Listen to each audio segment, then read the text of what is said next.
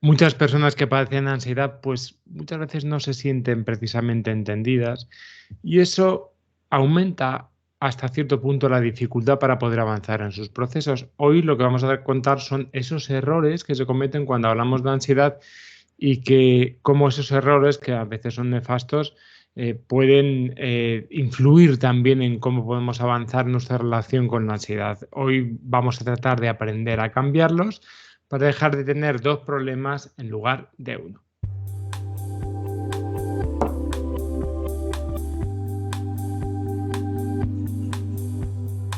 Hoy nos vamos a sumergir en un tema que a menudo se malinterpreta y que está rodeado de mitos, que es la ansiedad. Muchos creen que la ansiedad es una enfermedad, es un virus o incluso una forma de ser, pero es crucial comprender que padecer ansiedad no es sinónimo de estar enfermo en el sentido tradicional y en el sentido médico de la palabra. La enfermedad generalmente tiene un origen orgánico específico, mientras que la ansiedad surge de una compleja interacción de factores diversos. No es una condición que se pueda simplificar ni a una sola causa ni a un solo proceso. Además, esta concepción de la ansiedad como enfermedad es dañina porque nos coloca en una posición de indefensión, esperando pasivamente ser curados. Esta resignación y la creencia en la cronicidad de la ansiedad no solo son incorrectas, sino también perjudiciales. No es una maldición ni una condición permanente, sino una experiencia humana común, aunque intensa y a menudo desafiante.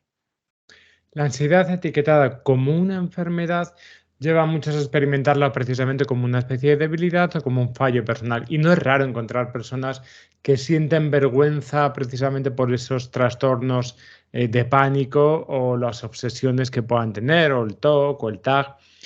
Algo que no podría ocurrir con condiciones físicas como podría ser, por ejemplo, una pancreatitis. Esta estigmatización, si nos fijamos, añadiría una capa, como hemos dicho antes, adicional de sufrimiento. Es decir, si antes teníamos un problema, que era el tener ansiedad, pues ahora tenemos dos.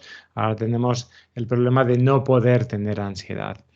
Entonces, tenemos que tratar quizá de cambiar esa concepción y verla, sugerimos, como un dolor, una perspectiva diferente, un dolor. Y el dolor es más fácil de asimilar porque el dolor, ya sea físico o psicológico, ¿qué es lo que sabemos? Pues que es una señal o una forma en que nuestro cuerpo o nuestra mente nos está diciendo que necesita atención. Podemos tener una pancreatitis, es decir, una inflamación del páncreas, podemos tener un dolor de estómago y eso nos indicaría que esos órganos no están funcionando adecuadamente.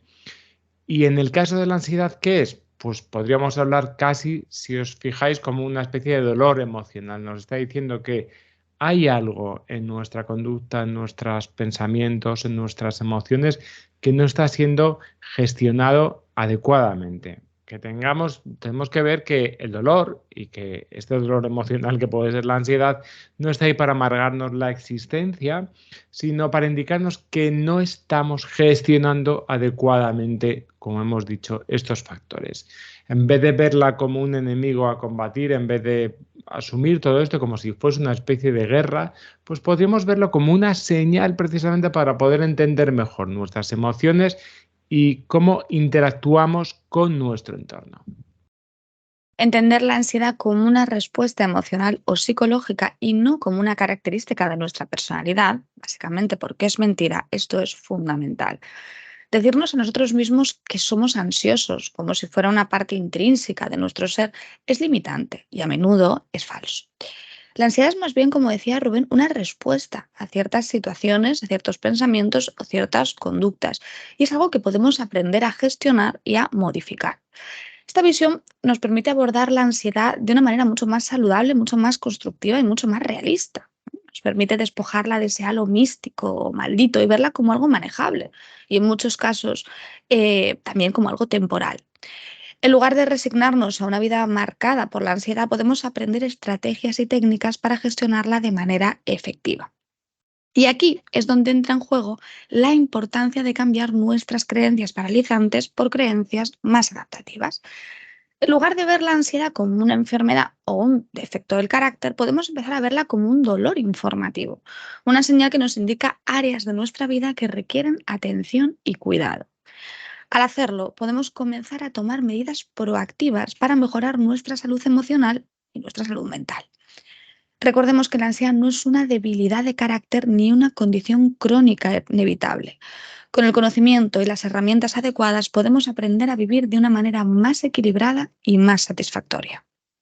Es que comprender que la ansiedad es un proceso más común y ordinario de lo que nos imaginamos nos puede ayudar a despejar ese halo místico, maldito que muchas veces tenemos, casi como si fuese una especie de energía externa que se nos pega.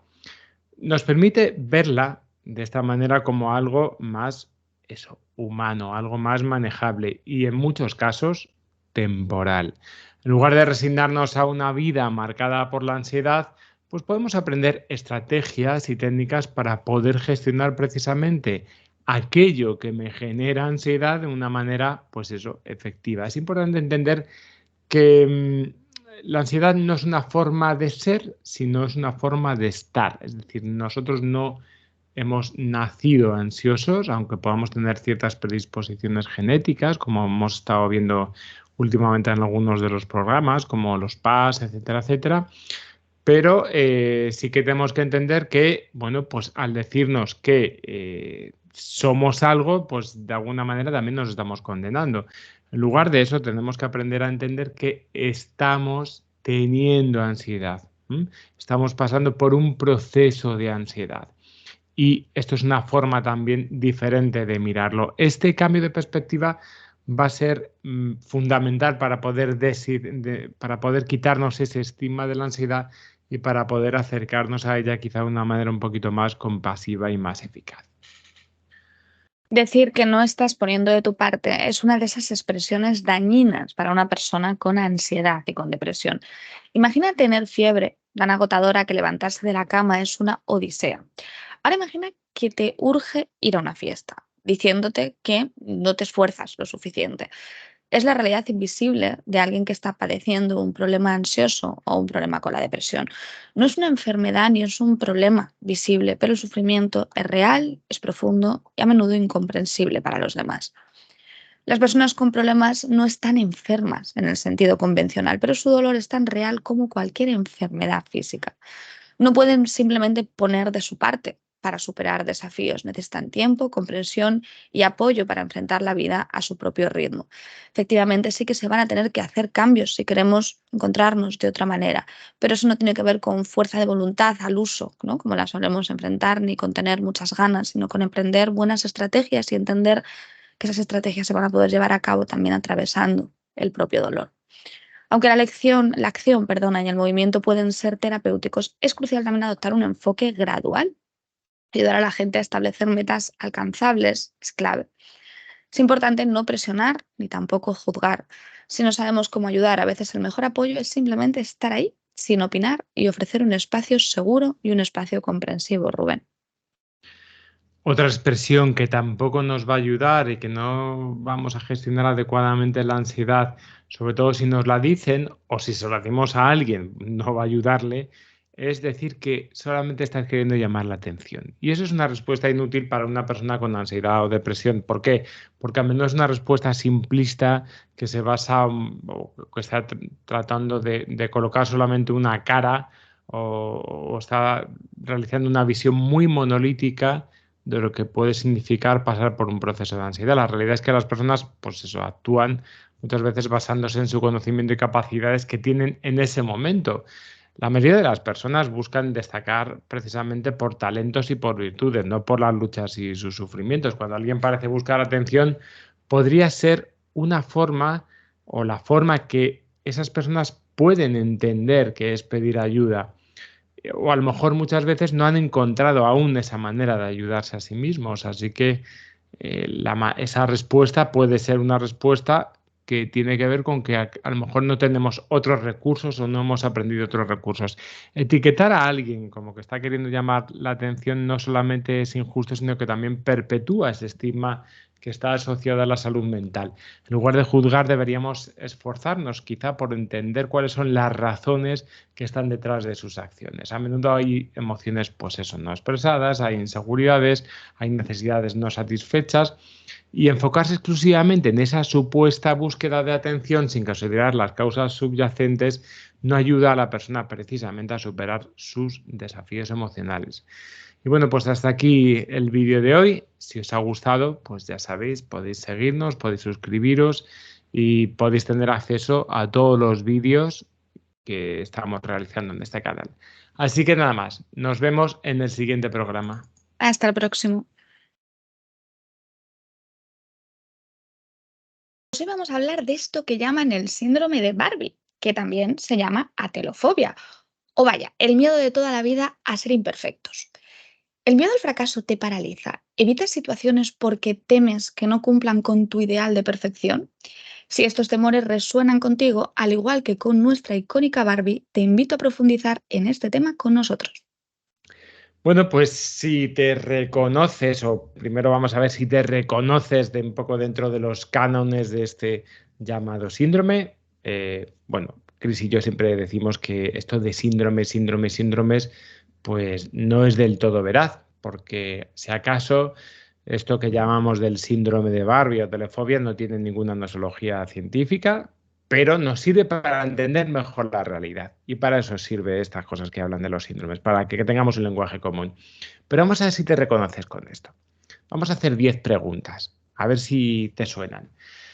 ¿Evitarías intentar hacer cosas nuevas precisamente por miedo a no hacerlo bien? Y si te felicitan, ¿sientes que podrías haber hecho las cosas mejor? ¿Es posible que un pequeño error te haga sentir mal contigo mismo, contigo misma durante mucho tiempo? Quizá te da miedo compartir tus ideas por lo que puedan decir los demás o por si son inadecuadas. ¿Es posible que solo intentes las cosas solamente si estás seguro de que te va a salir perfecta?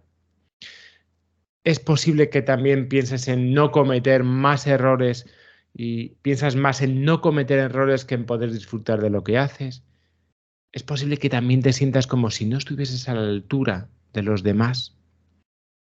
Quizá te ha pasado que has dejado de hacer cosas que te gustan simplemente porque sientes que no eres lo suficientemente bueno, o que quizá los elogios que recibes no son del todo merecidos.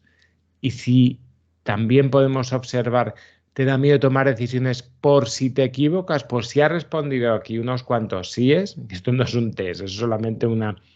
A lo mejor es posible que, bueno, compartas esta característica de la telofobia. A veces las personas tenemos temores intensos y persistentes a no conseguir alcanzar metas, objetivos o diferentes expectativas, ya sean autoimpuestas o ya sean dictadas por otras personas. Este miedo nos lleva a las personas a creer que nunca somos lo suficientemente perfectas y esto evidentemente nos genera estrés, ansiedad y otros problemas psicológicos. Las personas con unas altas expectativas de perfeccionismo tienden a experimentar una profunda inseguridad y desconfianza en sus propias habilidades, evitando activamente situaciones o desafíos que puedan llevar al éxito, por temor, Rubén, a no cumplir con las expectativas o con decepcionar a otros. Este problema afecta predominantemente a mujeres y ha sido vinculado a estereotipos de perfección como el representado por la figura de Barbie. ¿Y En una, cuál es? Perdóname. Es que Es te que has sabes lo que callado. pasa. Es que se me ha ido se me ha movido la pantalla sola y me he perdido. Vale. Sigo, ¿vale? En una sociedad obsesionada con estándares de belleza inalcanzables y la presentación filtrada de la perfección, tenemos que entender que esto no simplemente es perfeccionismo, sino que es una condición más grave que induce respuestas físicas y comportamentales anómalas ante circunstancias, situaciones u objetos específicos. Lo importante no es solo lo que haces por este miedo. Además, es muy importante lo que dejas de hacer. Fíjate cómo aquí nos podemos acordar, por ejemplo, de todos esos llamados TCA, ¿no? Los trastornos de la conducta alimentaria, y que cómo es muy difícil entender qué ha ocurrido con tantas mujeres si no entendemos estas cuestiones que estamos hablando, Rubén. ¿Y cuáles serían las causas de esta atelofobia, de este síndrome de la Barbie? Bueno, pues Quizá tendríamos que rebuscar en aquellas personas que han sido objetos de críticas negativas, quizá desde la niñez, y cómo esas personas han tenido que desarrollar esos mecanismos de defensa que se traducirían en un temor exacerbado a errar de nuevo. Es decir, el error fue visto como algo tremendamente negativo y como Scarlett O'Hara se pone en lo que el viento se llevó, que dice que jamás en su vida va a volver a pasar hambre, pues estas personas dicen que jamás en su vida volverán a cometer un error. ¿Y qué es lo que hacen en muchas ocasiones? O se superpreparan, o se vuelven extremadamente perfeccionistas, o evitan si ven que pueden existir la posibilidad de poder cometer errores. La habitación es uno de estos mecanismos de defensa que nos ayuda o que hace que nos distanciemos del dolor que nos inflige el fracaso. De hecho, nuestra capacidad para manejar la frustración, pues a menudo está estrechamente relacionada con esas tendencias perfeccionistas, perdón. Considera que si vas a actuar esperando que todo resulte exactamente como planeaste, pues te vas a encontrar frecuentemente, pues muchas veces con resultados desfavorables, porque la realidad raramente se ajusta a nuestros ideales. Tal vez en lugar de centrarte en el perfeccionismo, quizá se nos ocurre que podría ser más útil reflexionar sobre la razón que está detrás de la intensidad de esa reacción que puedes tener ante la frustración. Por otro lado, estaríamos hablando de esas, como hemos nombrado antes, expectativas sociales y familiares, porque según el Instituto Nacional de Salud Mental, solamente el 15% de los adolescentes de entre 13 y 18 años pueden experimentar fobias específicas. Y principalmente, y una de las más importantes, podrían ser esta atelofobia. Las víctimas de la atelofobia, ¿qué es lo que pasa? Que terminan desarrollando un miedo extremo a esa imperfección y se sienten aterrorizados y tratan de hacer todo lo posible para, como hemos dicho, ocultar ese error y dejan de experimentar con nuevas ideas. Es esto de antes muerta que sencilla. Hablamos también del perfeccionismo, ¿no? Que podemos entenderlo que en muchas ocasiones se trata de un mecanismo de defensa. Está orientado a eliminar sensaciones desagradables que sentimos cuando no obtenemos los resultados esperados. Y ahí está ese perfeccionismo como un sistema de control para evitar el error, porque quizá uno piensa que no va a ser capaz de asumirlo si este sucede. Nos damos cuenta que también lo que muchas veces intenta paliar el perfeccionismo es la incertidumbre de qué ocurrirá si no funciono como estoy acostumbrado a funcionar. Otra cuestión, la comparación con los otros, ¿no? En una era dominada por las redes sociales, la comparación constante con otros se ha tornado pues omnipresente. Antes, como decíamos, pues aparecían nuestras abuelas que veían la revista y se comparaban con Isabel Presley pues una vez al mes, que era cuando compraba la revista, y hoy en día tenemos acceso constante, ¿no? A vidas perfectas, inalcanzables, a cuerpos totalmente hipernormativos que hacen que evidentemente pues se dañe, ¿no?, la salud mental. Y luego también hablaríamos de la baja autoestima, ¿no? La confianza en uno mismo es el pilar de muchas de nuestras acciones y nuestras decisiones. Ciertamente a veces nos han vendido mal este concepto como algo que uno puede fabricar prácticamente con frases autorreferenciales mirándose al espejo. Y quizás se trate más de entender que la autoestima tiene más que ver con nuestra manera de vincularnos con el mundo y con los demás, Rubén. Pues algunas ideas valiosas que quizá te puedan servir para reflexionar y para poder trabajar precisamente este miedo a la imperfección. Lo primero es, deja de esperar ya a que venga otra persona, deja de esperar a ser otro, deja de esperar a ser otra, porque si te das cuenta, solo puedes construir desde lo que tienes ahora, con lo que tienes ahora. Te diría también, deja de esperar al mejor momento, porque te vas a perder todas las oportunidades del mundo. Por mucho que tú quieras conservar algo, al final ese algo tiene su fecha de caducidad y no siempre o no siempre ese mejor momento, ese momento perfecto va a ser posible, así que tendrás que moverte en algún lado.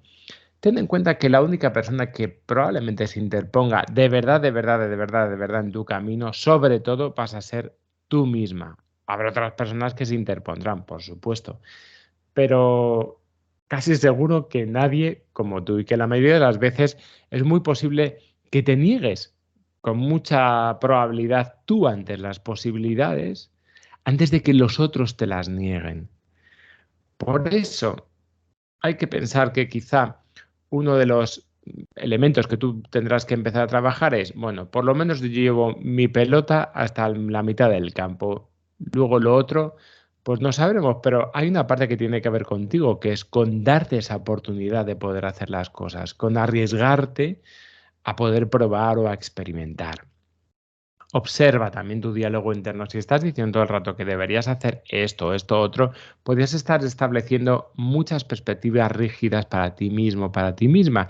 En lugar de eso, opta por expresiones más flexibles, como podrían ser preferiría o me gustaría. Trata de evitar el pensamiento binario. No todo es blanco, no todo es negro. En lugar de quedarte atrapado en esa mentalidad del todo o nada que te lleva normalmente a la parálisis, reconoce que hay matices y no ser perfecto no te hace menos valioso. Y por último, también te diríamos, intenta detener esas sobregeneralizaciones. No siempre tienes que ser el mejor y cuestiona esas exigencias internas. Vamos a proponer un par de ejercicios que quizá te puedan servir para trabajar, ¿no?, de todos estos miedos en los que hemos mencionado. En primer lugar, hacer un diario de logros y de aprendizajes, ¿no? En primer lugar, haríamos una descripción, ¿no? Crearíamos un diario en el que cada día anotaríamos 3 cosas que hayas logrado y 3 lecciones que hayas aprendido. No necesitan ser grandes logros, ¿no? Cosas pequeñas también cuentan. De igual manera, las lecciones no tienen por qué provenir de errores, pueden ser simplemente observaciones o simplemente reflexiones. El objetivo, bueno, pues es que este ejercicio nos ayude a enfocarnos en nuestros logros y en el aprendizaje que vamos realizando en el día a día. Al hacer esto, comenzarás a valorar tus avances y a ver los errores o fallos como oportunidades de aprendizaje en lugar de como fracasos. Otro más, el que este le vamos a llamar pues el peor escenario. Cuando te enfrentes a una tarea o a un desafío y sientas ansiedad o miedo al fracaso, tómate un momento para reflexionar sobre el peor escenario posible. Pregúntate, ¿qué es lo peor que podría pasar? Luego, considera cuánto de probable es este escenario y qué podrías hacer para afrontarlo en el caso de que sucediera. El objetivo, bueno, pues es que nos permita enfrentar los miedos de una manera más directa, ¿no? Racionalizarlos y prepararnos para ellos. Con el tiempo nos vamos a dar cuenta de que muchos de los temores son improbables y que incluso en el peor de los casos tenemos la capacidad de manejar y de superar los conflictos y desafíos en los que nos enfrentamos en el día a día. Así que hasta aquí nuestro vídeo de hoy. Como siempre os decimos, si queréis suscribiros a nuestro canal, estaremos encantados de poder contar con vosotros. Y nada más, Rubén. Pues nada, que nos vemos en el siguiente vídeo. Cuidaros Hasta el mucho. próximo.